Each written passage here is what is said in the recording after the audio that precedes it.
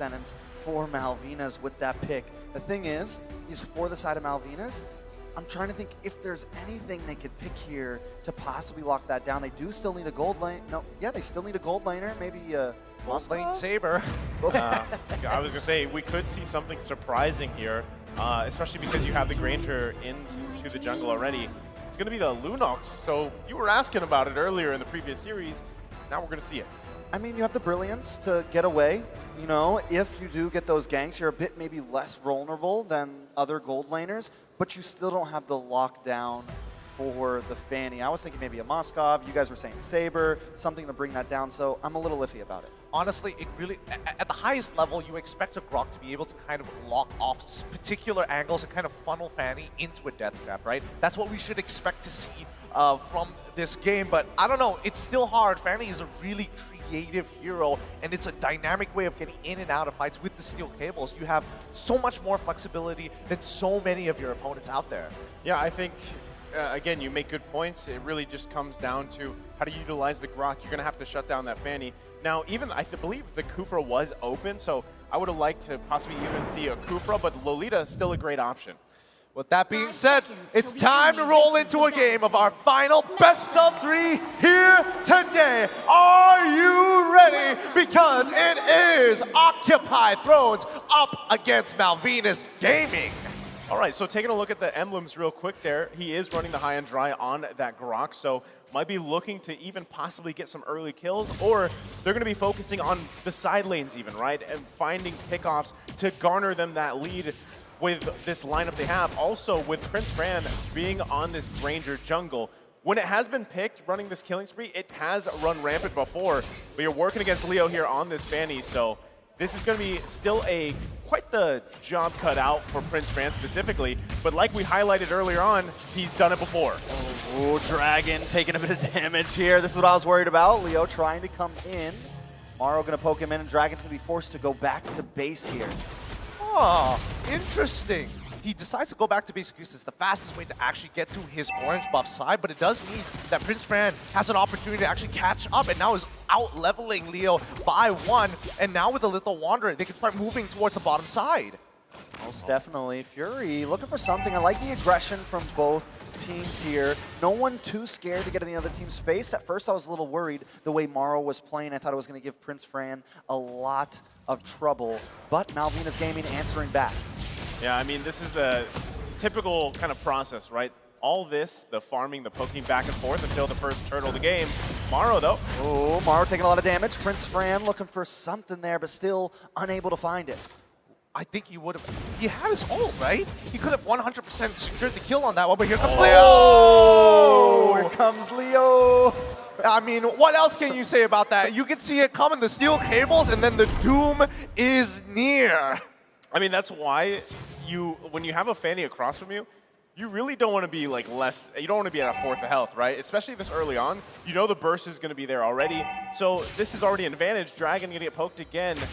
Trying to set up here. Oh, Hulk comes in with the bravest fighter. Dragon uses the wild charge. This is a real world manipulation. Both go down, but a stun does come on to Prince Fran. Now comes the Destinata. Does not connect, but Leo will connect. Prince Fran forces dash away, but he's not going to be able to make it. Leo picks up another kill, putting him at 2-0. Things are looking so good for Occupy Thrones. They have a really good idea of what they want to do against Malvinas Gaming, and unfortunately for Prince Fran, I think he's a little too hesitant on his ultimate. His ult? Yeah. He should be using it more often to initiate fights, to get the initial slow. Yeah, I mean, that's what I think too, and you can already see, right, Leo's off to a great start here, and I feel like if you didn't catch it during the draft, that's why he was clapping, right? He locked in this hero of his, that he loves the Fanny here. So, and it's already off to the 2-0 start. Itemization-wise too, everybody's still working on that first big item of theirs. But with this gold lead going in favor of Occupy Thrones, they're in a great position here, especially, again, Maro on this Kaja has Flicker in just a couple seconds here. Might be looking for a Divine Judgment play if he can find one. Oh, I think he might do it right here onto Steppe. It looks kind of good, but no, he's not going to take the angle. And I think, you know, Occupy Thrones at this stage of the game generally is going to be thinking about, like, how do we snowball out of control? Because if we're talking about scaling, Malvinas Gaming, they've got some really scary heroes on their side. Yeah, but so does Occupy Thrones with Gato on this Claude. We know there's some possibilities, some insurance for the late game, along with the sustainability that you get from that Kaja. I mean, I'm a little worried. It's already a very bad start, but here comes the Divine Judgment. Steph may go down. Gato comes in with the Blazing Duet. Harley trying to do something, but it gets stunned down. This could be bad. Steph, they picked up. Leo gonna find that kill. In comes the Bravest Fighter onto Harley, forced to go back under that tower, and Occupied Thrones is breaking down Malvinas. See, that's the frustrating thing with Granger, right? It was Fury one hit away, but you just couldn't angle enough to get it, and now on the bottom side, they're going to clear that out. Still, I think a big question is, where does this Lunox fit? How does it go along with the rest of the game here, right? Joel Crew having the mystery shop here, going to be working towards building those items as fast as possible, because that burst damage, especially from the Chaos Bolt's obviously pretty scary, even at this point in the game. Dragon, though, should be just fine. Gonna have to recover, but still, you don't want to be low health here, especially with a Fanny across from you. And this should set up Occupy Thrones, possibly for another turtle. I think for now, they're definitely gonna get the turtle, but I feel like if this game continues in the direction that I think it's going, and looking at the game status of how the position of Occupy Thrones is right now, it's going to spiral out of control. Leo, he's already previously 2 levels ahead of Prince Fran, now only, well, still 2 levels. He needs to start pushing into the enemy jungle and continuously pulling attention to himself so that the laners can do their job. Lapu is already controlling the Grok. We look down bot side, they're already setting up for a potential one-shot kill with a Divine Judgment onto this Lunox. I mean, even looking at the items, right, you have Joel Crew finally getting that Clock of Destiny locked in here. A couple more items. Pretty much at this point, everybody has that first crucial one. A lot of Blades of Hephaestus as well across the board. But still, how does that transition to these early team fights, these early skirmishes, especially with Turtles? I mean, at this point, you're kind of just giving it up if you're Malvinas Gaming. And now here on the bottom side, oh, there it is. Divine Judgment on a Joel Crew. We saw it, but they did it. Now the Immobilize does land on a Fury, but Leo finds it. Prince Fran goes down. 4-0-0. Leo may still want more. Trying to cable around. Morrow gonna hide out in this tri-bush. This is looking rough with a 3K cold lead going to the side of OT. I feel like, oh wait, Not another one. Not another one. Okay, he's gonna get out here. I don't think it would have been another one. I don't think anybody has enough damage to really put the play out here, but Maro completely disrespecting the spacing on purpose, and he knows where everybody is on the map. I mean, they're still going at it here, right? Maro in complete control. Top side, though. Dragon gonna get taken down pretty easily. Leo's just unleashing. I mean, this is just a Leo show in the jungle, but still, you complement it so well once again with Maro on the Kaja here. And you're wondering, you know, we haven't seen Franco much. Well, that's because there's Kaja. It's on-demand targets. Oh, but the Destinata does land on Maro, finally. Arley picking something up. Leo trying to find one of his own, though. Moves in, but it's a little bit too much more than he can chew.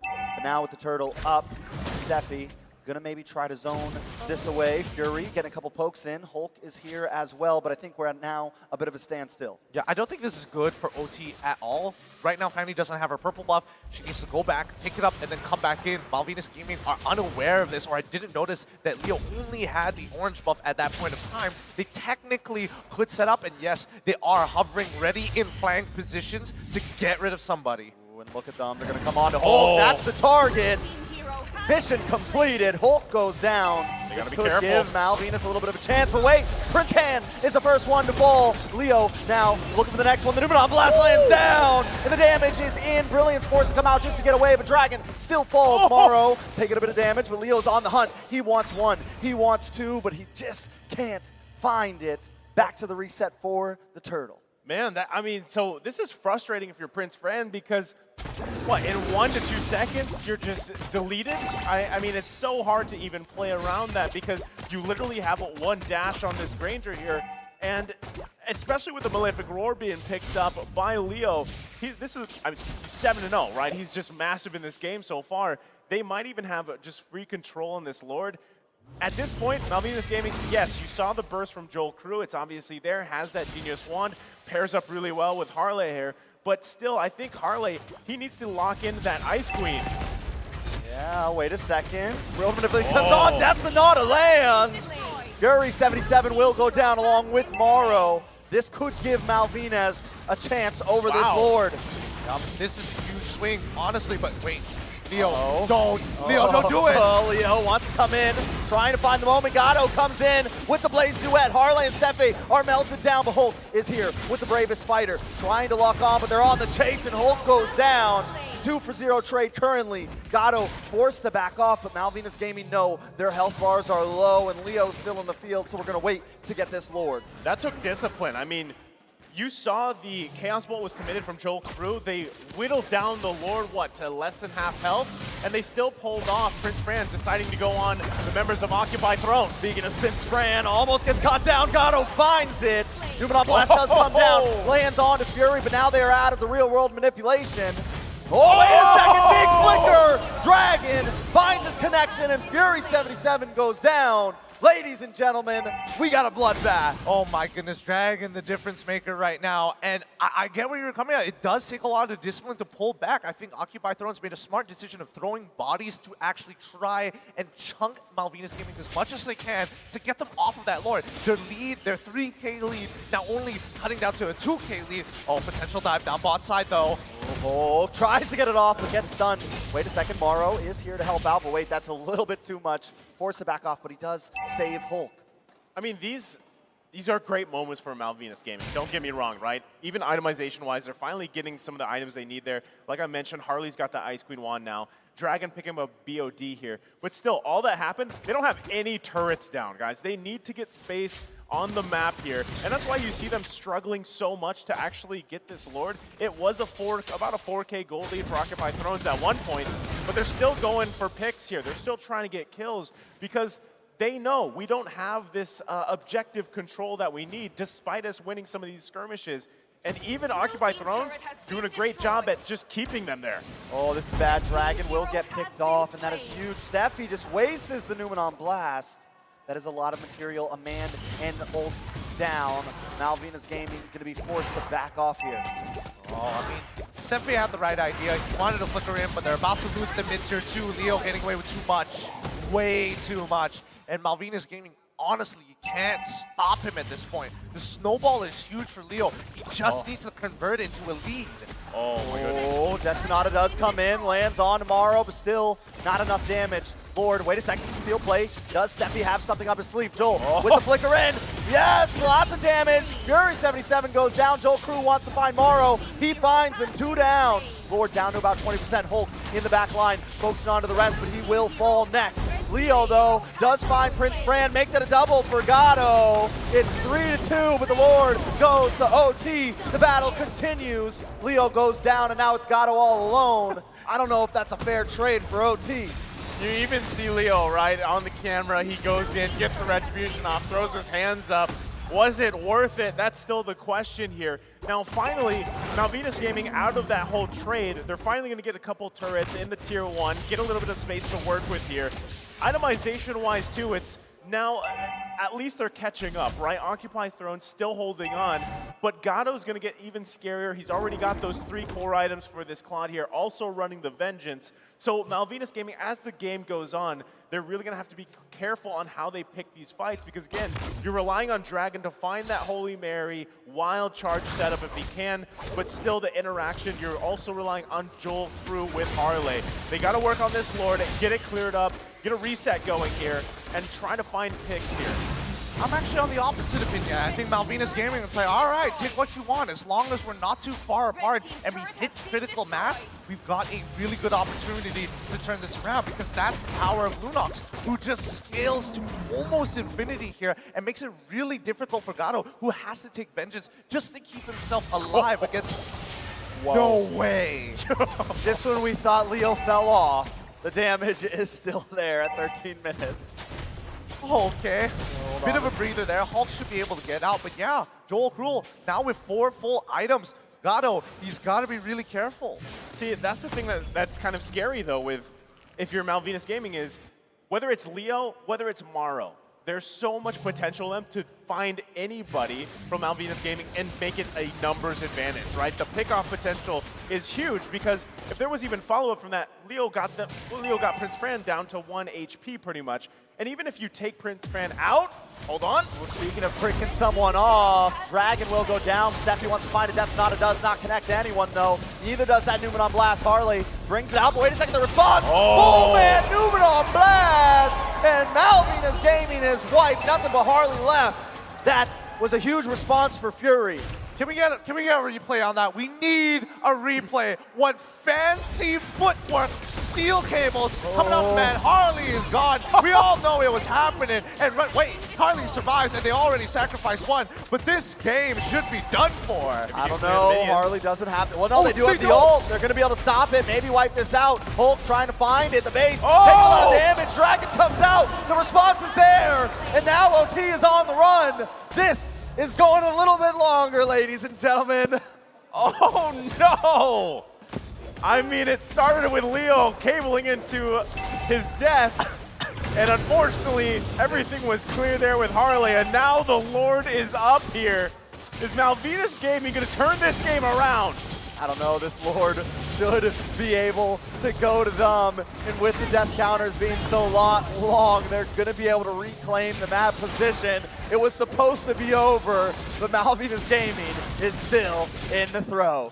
I can't believe that just happened. I am at loss for words at this point. And if Occupy Thrones lose this game, a lot of uncomfortable looks are going to be shown at Leo for what he did. Oh boy. Let's see how this is going to go, because this is the point of time where Malvinas Gaming is really going to bite back. Their Granger, he finally has a decent number of items. Most importantly, we're looking at Joel Cruel, who's got everything down. Just needs some magic penetration, and any Athena shields are not going to matter. Oh, here comes a conceal play, though. Maro's going to get stunned up with the wild charge. Newman on Blast comes in. Steffi gets the stun. Hulk brought down to about 30%. Barry and Mara are already gone. Connection onto the Lord. This could be bad. Wait a second. Leo on the base. Occupied Thrones. Leo picks it up just when we counted him out.